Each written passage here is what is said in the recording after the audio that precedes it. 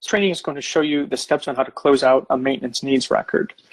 So in previous trainings, we showed how an inspection record was created and how a maintenance needs record was created. So at some point, the maintenance is going to be performed. You know, the skim around the control structure is going to be repaired. The hole in the fence is going to be repaired. The vegetation around the control structure is going to be removed. When those activities are completed, you want to go back into the inspection record and close out the maintenance needs record so that that red icon on the viewer is triggered to shut off.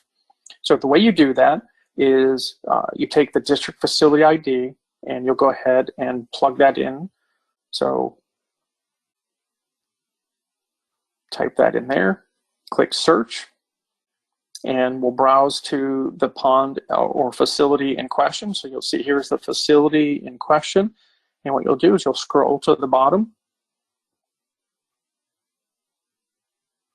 And you want to get down to the bottom where it says pond inspections. Click pond inspections, and you'll click on the one that the maintenance needs record was tied to. Go to the pond maintenance needs record, click that, and then you'll see the maintenance needs item that was that needs to be closed out. So as we noted earlier, we're going to repair the skimmer on the control structure. So you'll select on that one, and then here is the maintenance needs record. So you'll see that the date completed field is still blank.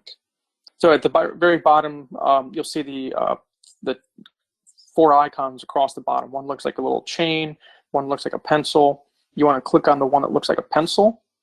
And what that does, it puts it in edit mode. And then you go ahead and click on the date completed field. So whatever date the maintenance needs item was completed, you can go ahead and set that date.